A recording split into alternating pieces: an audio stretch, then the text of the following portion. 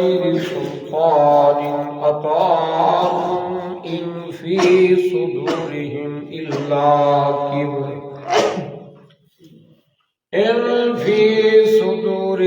إلا كبر ما هم ببالغيه فاستعذ بالله إنه هو السميع البصير.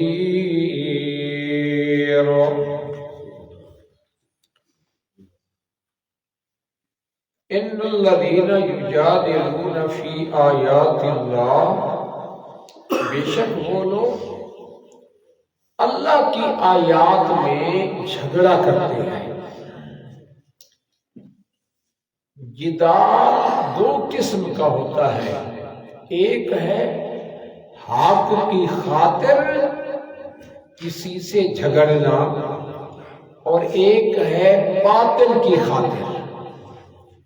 تو باطل کی خاطر جو بندہ لڑتا ہے جھگڑتا ہے یہ مذموم ہے، اور جو بندہ کسی سے دین کی خاطر لڑتا اور جھگڑتا ہے، مومن ویسے بھی دفاع کرتا ہے، یہ محمود ہے. اور یہاں جس جدال کا ذکر کیا گیا یہ مذموم ہے کہ جھگڑا کرتے ہیں اور وہ بھی اللہ کی آیات میں.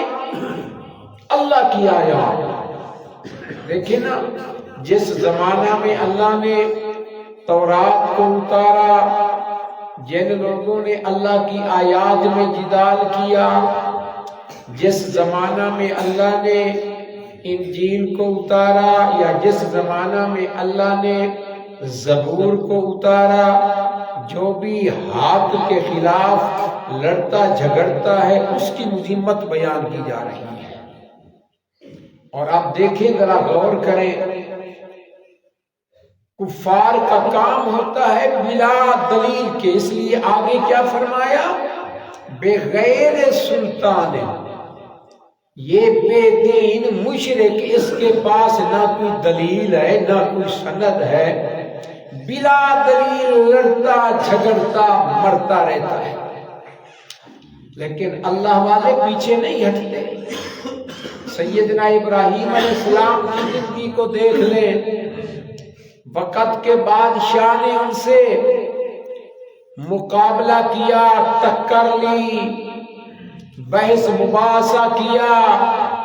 فرمایا الم تر الی الذی حاج ابراہیم فی ربہ ان آتاہ اللہ الملک. دیکھیے نا اس نمک حرام کو کہ اللہ نے اس کو بادشاہی دی اور وہ اللہ کی توحید میں جھگڑتا ہے میرے ابراہیم سے. تو یہ اہل باطل کا طریقہ ہوتا ہے، بلا کسی دلیل کے، بلا کسی سند کے، بلا کسی حجت کے وہ باطل کی خاطر لڑتے اور جھگڑتی ہیں. اور جو اللہ والے مجاہد ہوتے ہیں وہ دین حق کا دفاع کرتے ہوئے وہ لڑتے ہیں. بڑے خوش نصیب ہیں یہ لوگ. ابراہیم علیہ السلام نے اپنے باپ سے ٹکر لی، اپنی قوم سے تقابل کیا، سب کچھ ہوا، لیکن حق سے پیچھے نہیں ہٹے. لیکن مشرک کی عادت ہوتی ہے کہ یہ ایسا ظالم ہوتا ہے مشرک کہ یہ اللہ کی آیات کے خلاف بلا کسی دلیل کے یہ تقابل میں، یہ ٹکر میں آتا ہے. ایک طرف اللہ کی کتاب بندہ قرآن پڑھ کے سناتا ہے، دوسری طرف کہتا ہے نہیں نہیں، کیا ہمارے باپ دادا نے دین کو نہیں سمجھا؟ یہی مصیبت ہے نا اس دور میں. ایک طرف اللہ کا قرآن اور دوسری طرف اکابرین کی عبارتیں. بزرگوں نے کیا لکھا، ہمارے باپ دادا وہ کس عقیدے پہ تھے اور تمہارے باپ دادا ان کی کیا حیثیت ہے. قرآن کے مقابلے میں، پیغمبر کی سنت کے مقابلے میں کسی کی کوئی بات قابل حجت نہیں ہے. سبحان فرمایا کہ ذرا غور کیجئے ان الذین یجادلون فی آیات اللہ، بے شک جو لوگ اللہ کی آیات میں جھگڑتے ہیں بغیر سلطان سوا کسی دلیل کے عطاہم جو ان کے پاس آئی ہے، فرمایا ان فی صدورہم الا کبر، ان کے سینوں میں کبر ہے۔ سینوں میں، دل سینے میں ہوتا ہے، یہ جو دل ہے نا، دل کے اندر کبر ہے۔ اب اللہ نے اپنے پیغمبر کو کیا فرمایا؟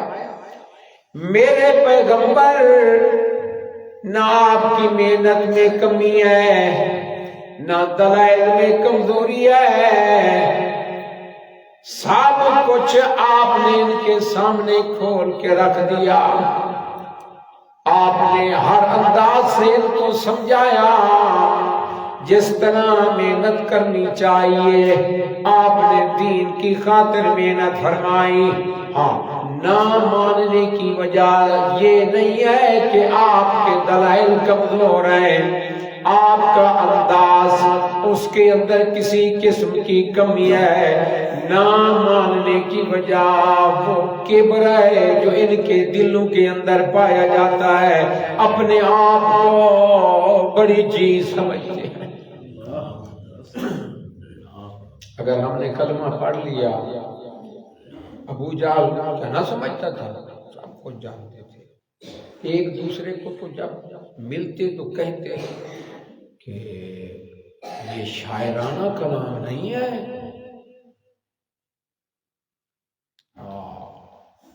سمجھتے تھے، لیکن اگر ابو جہل کلمہ پڑھ لیتا تو آپ علیہ السلام کے پیچھے چلنا پڑتا۔ تو جس کے دل میں بڑائی ہو، تکبر ہو، وہ پیچھے کیوں چلے؟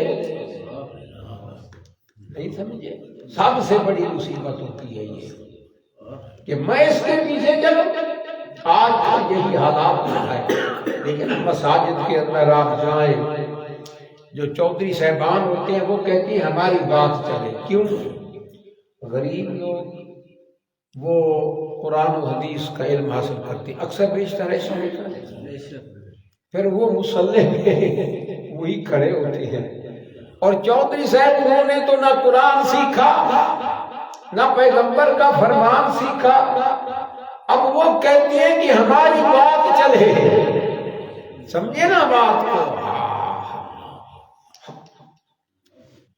اللہ نے فرمایا میرے پیغمبر تسلی رکھے، نہ ماننے کی وجہ کیا ہے میرے پیارے پیغمبر؟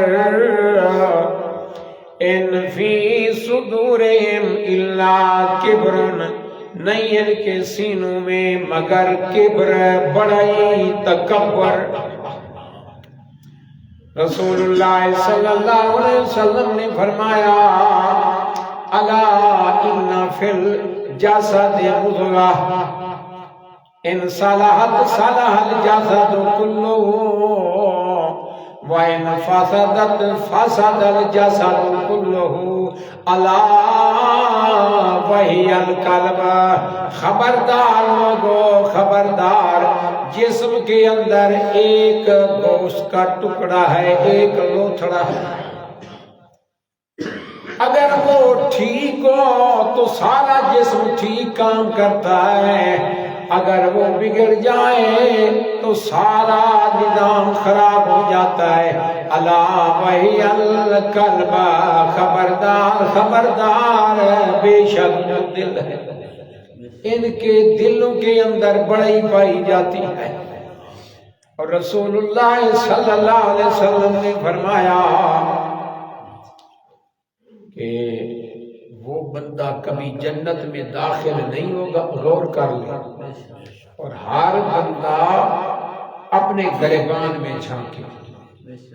فرمایا جس کے دل میں رائی کے دانے کے برابر بھی کبر ہے، تکبر ہے، فرمایا یہ بندہ جنت میں داخل نہیں ہوگا۔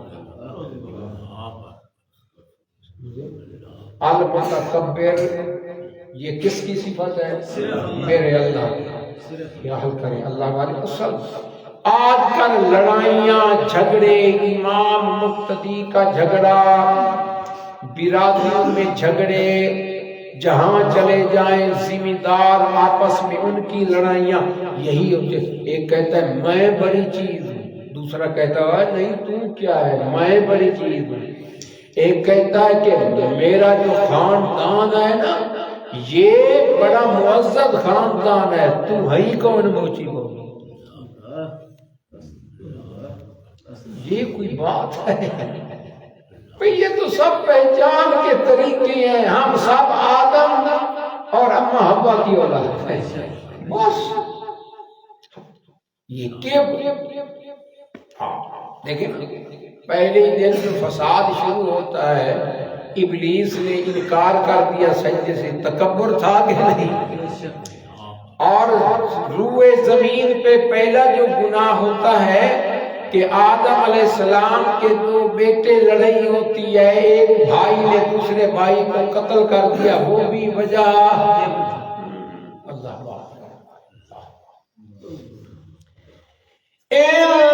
فی صدورہم الا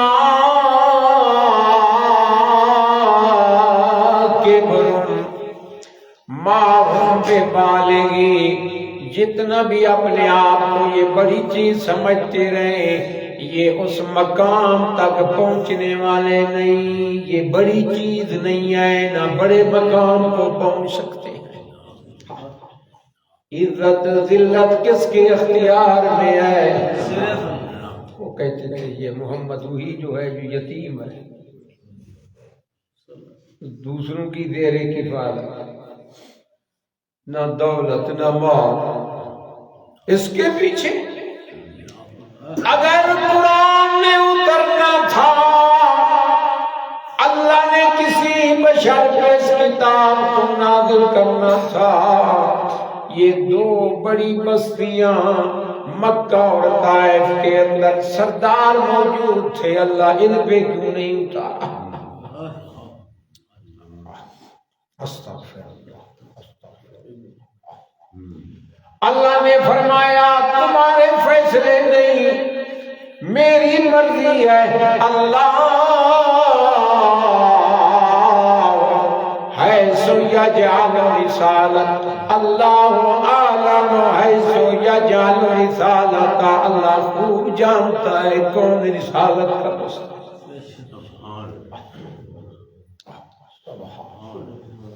میرے پیغمبر تکبر کی وجہ سے یہ آپ کی بات کو نہیں مانتے، ورنہ آپ نے دلائل ان کے سامنے رکھ دیے ہیں، حق ان کے سامنے کھول کے بیان کر دیا ہے، جس طرح سمجھانے کا حق تھا آپ نے ادا کر دیا ہے میرے پیغمبر۔ باقی یہ لڑنا جھگڑنا چاہتے ہیں تو آپ کیا کریں؟ سبحان فاستعذ باللہ،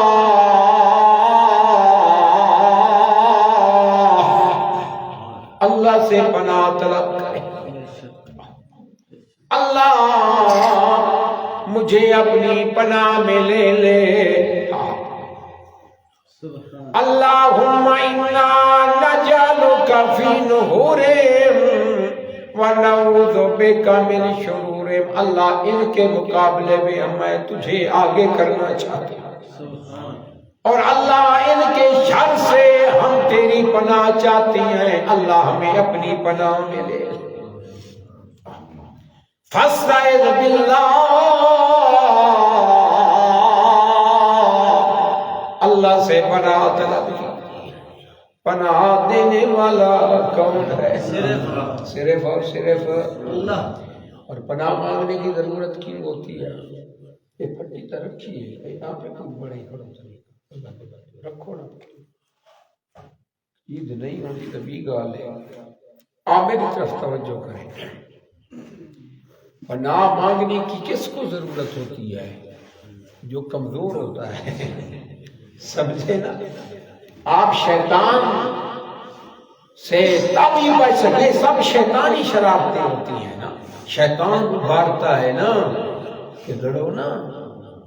اور پھر جب لڑائی ہوتی ہے موحد کو کیا کوشش کرنی چاہیے؟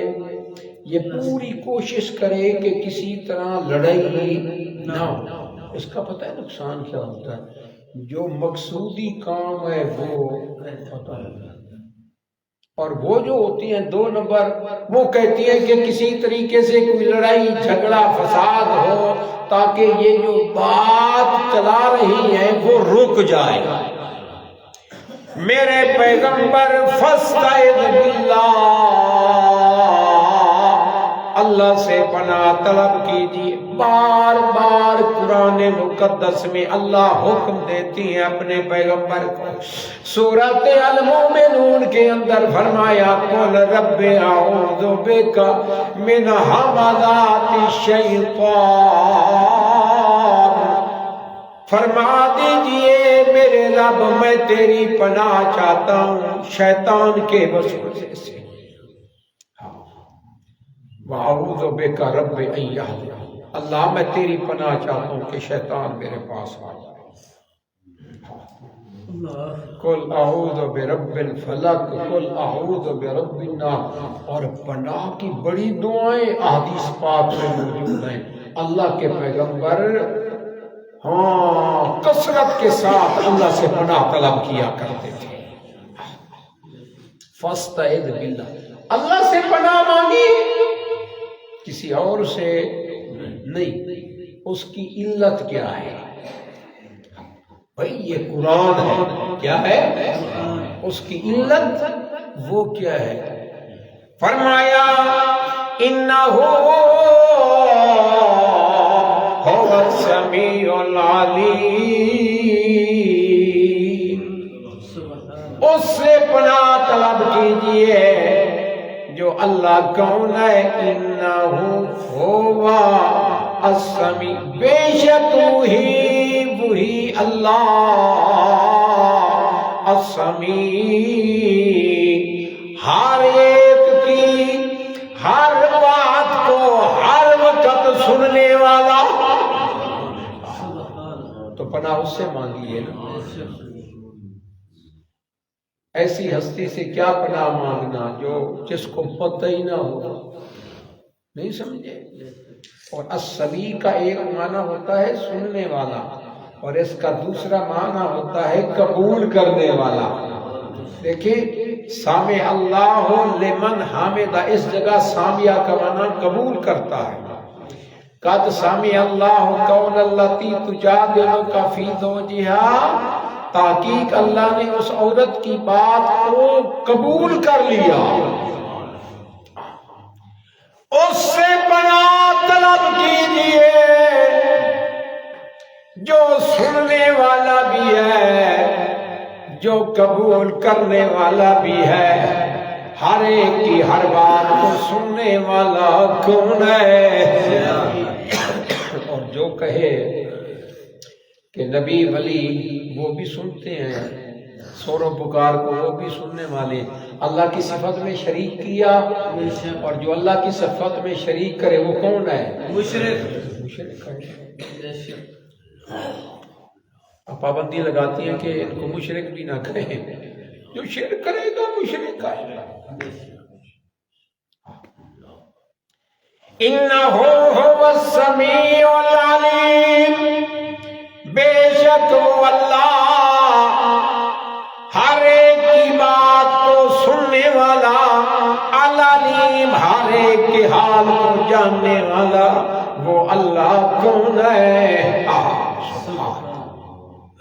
سیدنا موسیٰ علیہ السلام, ہارون علیہ السلام اللہ کے حکم کی تعمیل کرتے ہوئے فرعون کے پاس جانے لگے نا, کہنے لگے اللہ ایسے بندے کے پاس جا رہی ہیں, بندہ تو بڑا ظالم آدمی ہے, اس کے دربار میں.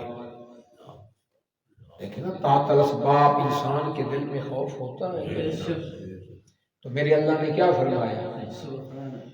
لا تخافا, میرے موسیٰ پیغمبر, میرے ہارون پیغمبر کیجئے اننی معکما اسمع وارا، میں تمہاری بات کو سنتا بھی رہوں گا، تمہیں دیکھتا بھی رہوں گا۔ اس اللہ سے پناہ طلب کیجیے، اور رابط بھی میں بیان کرتا ہوں۔ الحمدللہ ابھی بس میرے ذہن میں آ گیا اور یہ رابطہ ہو گیا۔ دیکھیں فرعون نے بھی موسیٰ علیہ السلام کو قتل کی دھمکی دی تھی، سن رہے ہو جو بھی ترتیب، ذرونی اقتل موسیٰ وَلْيَدْعُ رَبَّهُ، مجھے چھوڑیے، مجھے اجازت دیجیے، میں موسیٰ کو قتل کرنا چاہتا ہوں۔ تو اس موقع پہ جناب موسیٰ علیہ السلام نے کیا طریقہ اختیار کیا؟ فرمایا انی عذت بربی وربکم من کل متکبر لا یؤمن بیوم الحساب، میں رب کی پناہ میں آنا چاہتا ہوں ہر متکبر سے۔ اور اس آیت میں اگر غور کریں نا پورا رابطہ ہو جائے گا۔ پہلے کیا فرمایا؟ یہ جو آپ کی بات نہیں مان رہے ان کے دلوں میں کیا ہے؟ اور یہ آپ سے لڑنا جھگڑنا چاہتے ہیں نا، اپنے آپ کو بڑی چیز سمجھتے ہیں، علاقے کے ہم چودھری ہیں۔ فاستعذ باللہ، میرے موسیٰ نے بھی مجھ سے پناہ مانگی نا۔ دیکھیے کہ فرعون کا نام و نشان نہ رہا، میں نے اپنے موسیٰ و ہارون کو کس طرح غلبہ، میرے پیغمبر فاستعذ باللہ، اللہ سے پناہ طلب، انہو هو السمیع العلیم، بے شک وہ اللہ ہر ایک کی ہر بات کو سننے والا، ہر ایک کے ہر حال کو جاننے والا۔ آخر